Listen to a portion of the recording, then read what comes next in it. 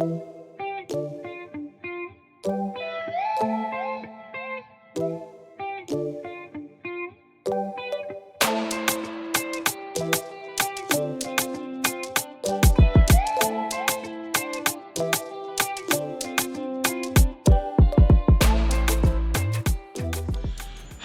so day 3 in the Amber Valley today. So me and Philip have been touring around this area over the last 3 days.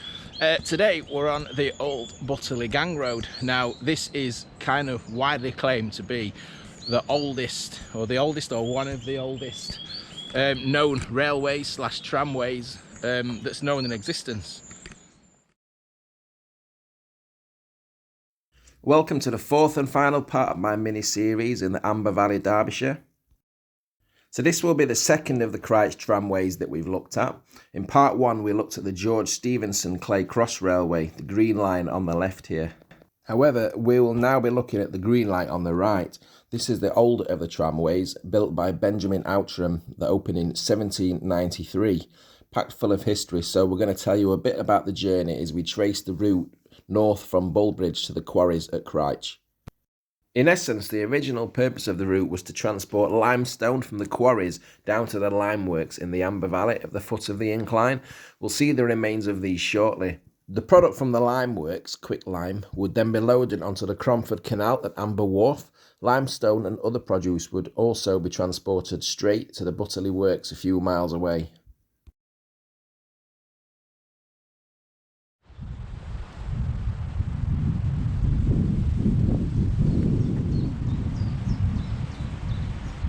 So here's the old lime kilns. So we're starting at the bottom of the tramway. Obviously the lime came from the quarry up the top of the tramway. So we've still got, just making my way down the banking, we've still got these lime kilns in use. So I'll get my torch out and we'll go and have a look. I've got 2 here side by side and there's some more over that side. So I can't believe how deep these are.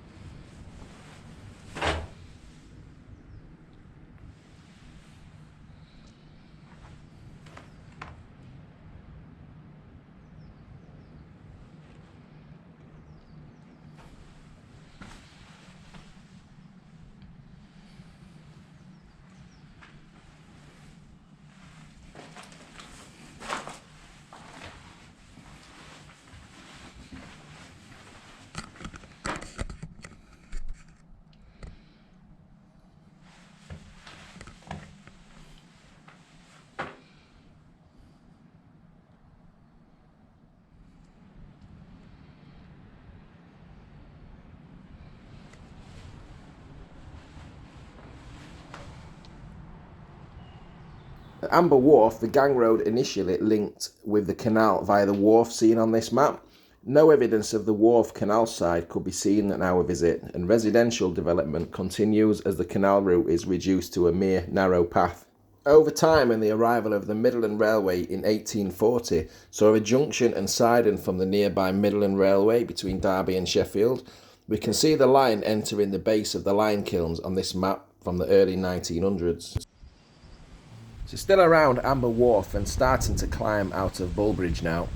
This is the incredibly old bridge on Drover's Way, with the tramway into Amber Wharf just above us. Although this bridge is incredibly old, I understand it has been raised, realigned and visibly strengthened at some stage in the past. So I understand this isn't an original 1793 bridge, this was put in the middle of the 19th century. So we're just climbing this little road out of Bulbridge, down at the bottom, lime kilns just down there. Just come under that little bridge, really old bridge, and the track line of the Tramroad's just there at a level, and we can't get on it here, unfortunately. So this is probably a good moment to mention about the difference in the original 1793 route and the later straighter alignment that we'll be seeing more of. The best illustration of the two variations of the route can be seen on the Butterley Gangroad walk leaflet that we found available at the information board at Fritzley. Ignore the numbers for a moment, these are just marker points for the suggested walk. The original 1793 alignment on the route can be seen as the green line, with an 1840 realignment as the black line. More on this later. The majority of the evidence that we'll be seeing today along our way is from the later day alignment. We suspect those two gate posts you can see there probably being the gates into the works. So a bit of a diversion, and we've come across the route of the old Tramroad here. So we've come from up there, we've had to come round just to get onto this little track. But there, that's going off to Fritzley, up that way and up towards the quarries, and then back that way to back down to the wharf and back down to those kilns that we saw. So we're actually stood inside, it's between the walls of the tram road now. You can get a good view. The little walls on the side, either side of the tracks. It is a bit overgrown. It's not something you'd want to walk down. It's not very accessible, unfortunately. But there is a footpath just running alongside, just parallel to the route, and that's Fritzley straight in front. So straight away, the field that we're walking through on this footpath drops away. And look at that. That's the tram road. On the level, we can see there's the retaining wall there going all the way down. It's a good length.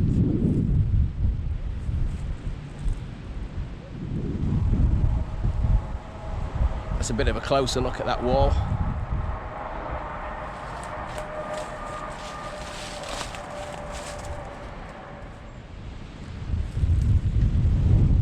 Peeking in to the tram road there. So we've got a farm crossing going over the route now. Very overgrown in that direction. That's where we've just come from. We've got the old gate posts. This one's laying on its side.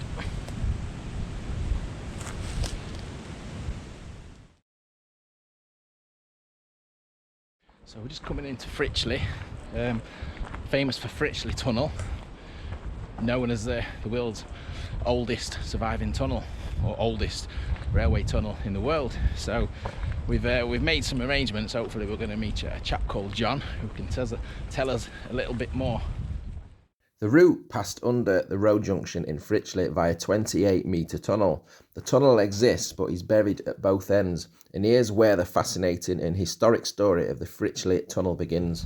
So the tunnels run underneath us at the moment, you say, John? Yeah, this is the tunnel top, and infill behind it. Yeah.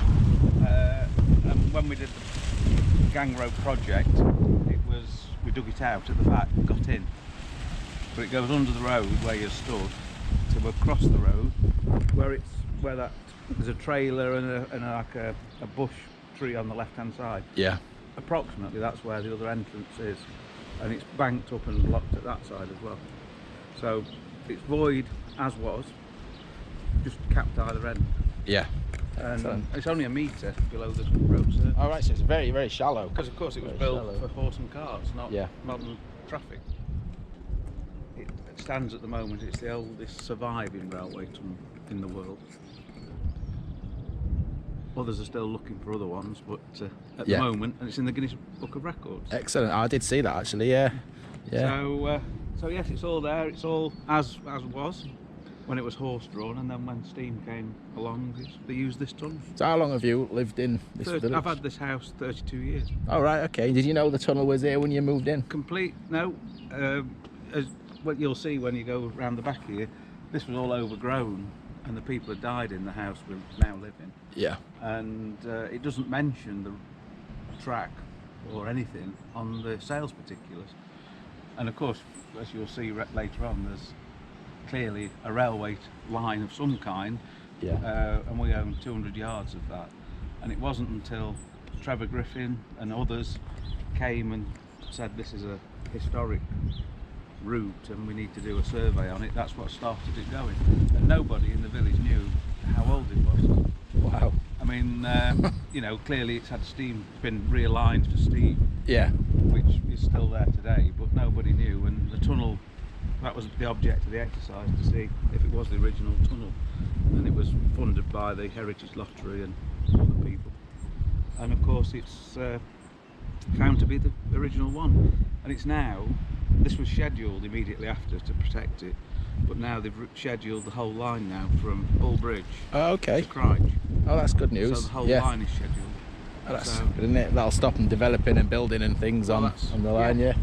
Fantastic, yeah. Well, that's a fantastic thing to find in your garden. I think we found an old plate in ours, so. Yeah, yeah. I just found an old railway. We couldn't find an owner. We could find the bit I own was bought, and that bit was bought, but the tunnel wasn't. And I think because of the liability, nobody wanted it. Yeah. Oh, And of course now, although it was built all those years ago, of course now there's big tractors, articulated lorries deliver stuff. But it's in good condition. It was built properly. But if it did cave in, it'd be a bit of a mess. There'd be a few arguments on who would put owned it right, and, yeah. and whose liability it is. So the scheduling was to hopefully protect it if it did and try and repair it, I suppose. But so far, it says standing on it like you are, it's still here. Stood the test of time, built to last. And we climbed. Do you want me to go and get them? Thank you very much, Sally. So that's the top of the portal that was uncovered a few years ago, if you can just see that. Just walking down to a bit of the track bed now.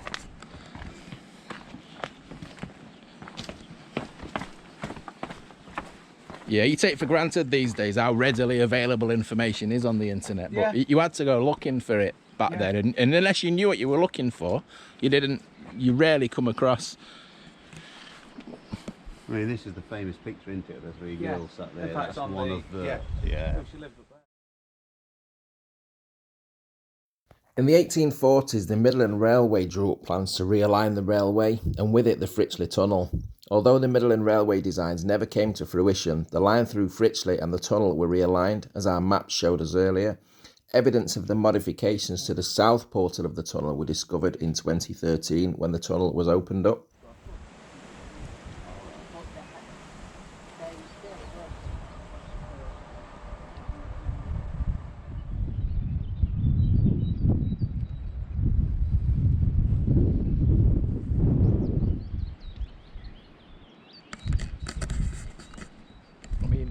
Absolutely stunning location anyway, but yeah. Just imagine buying an house and just finding you own something like this with the history attached. We can't walk down the old Tramroad from here. We've got to have a diversion, but I think we can get on it a bit further up. Appreciate John and Sally for showing us round, letting us come onto their property and just filling us in. It's been fascinating to listen to it. I could listen all day, really. Yeah, it had a bit of a winding house at the top, full of trucks up front, and I think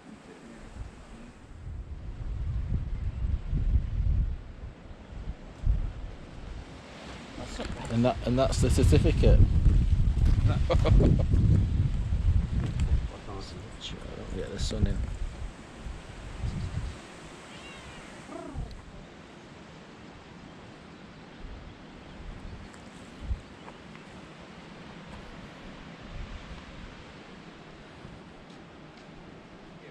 Show that's the old method when it was horse drawn, with the stone blocks and an oak peg and a pin through it, and of course then when it went steam it goes on to that method, so it's just to show the old and the new.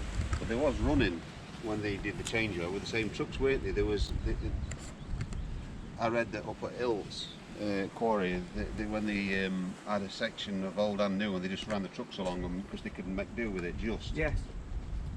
So that was a brief explanation of the types of rails used at various stages and time on the line. The Butterley Gangroad was groundbreaking at the time, best summed up by their logo that can be seen on the information boards, one of the earliest designs of locomotive. What's evident here is that William Brunton's steam horse is quite literally taking its inspiration from nature by borrowing the concept of a pair of legs propelling the engine. Obviously, from what we know now, this wasn't a concept which stood the test of time. Heading north out of Fritzley, just coming up to have a look at a little bridge. There it is.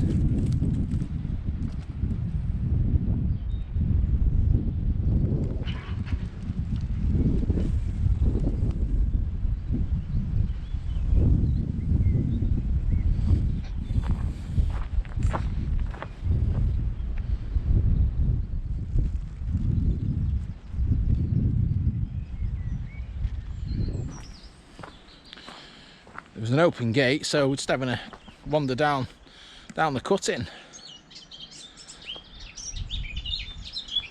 Just heading back on ourselves a bit back towards Fritzley.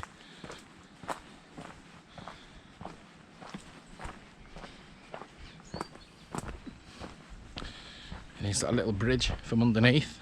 I'm not sure if I'm meant to be down here. So we've got a little retaining wall here as well. Red brick. It's got to be of a recent addition, hasn't it?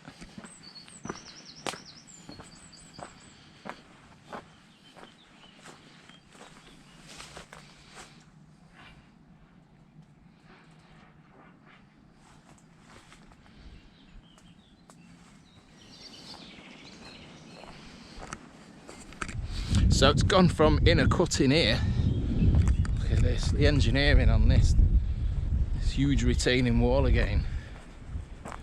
Goes about 50 yards or more.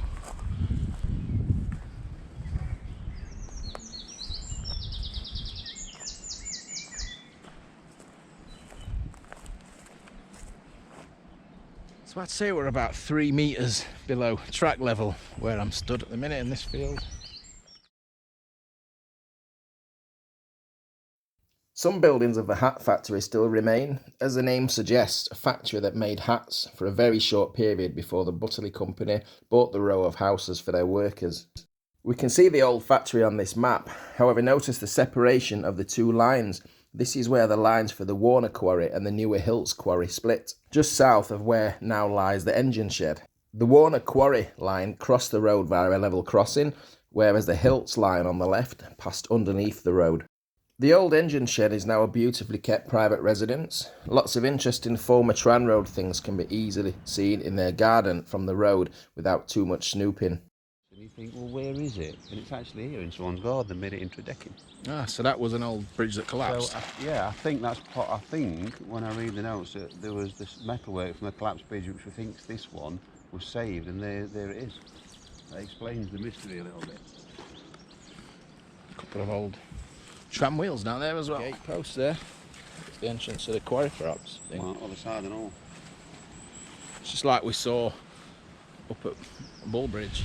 We're a little bit of barbed wire now, but yeah, we think the track's curved around there, so I'll show you. It's probably best to show you on a map what happened from here. So this would be the route of the line to the Warner Quarry, which is walkable for a short while before being met with a barbed wire fence. The original Warner Quarry was used from 1793 until the 1850s, when the Hildes Quarry was opened. In around 1900, the Warner Quarry reopened, and both quarries were used until the closure of the line in 1933. From looking at old maps, we can see evidence of a tunnel at the former quarry. However, I understand this no longer exists. The Hildes Quarry double-track incline started from the hat factory at the bottom and was a gradient of 1 in 15 to the entrance to the quarry. Full wagons rolling down were linked by rope running round a pulley at the top to empty wagons that were pulled back up. From the late 1890s, the line was made single track as the switch to locomotive power was made. And here's the current day view looking down the incline. and looking up the incline. Slightly overgrown these days. So we've come as far as we can up the Hildes Quarry branch, I suppose you could say. It's we've got an incline going down there, nowhere near passable at all. We've taken a nearby footpath up the fields, up the hill. And the other side, we can't go in there. As you see, it's big fence, Rolls-Royce closed landfill site, Hildes Quarry, Crich. But that's the tramway going off in that direction through the fence. There we go. It's going into a cut in there, which is a shame.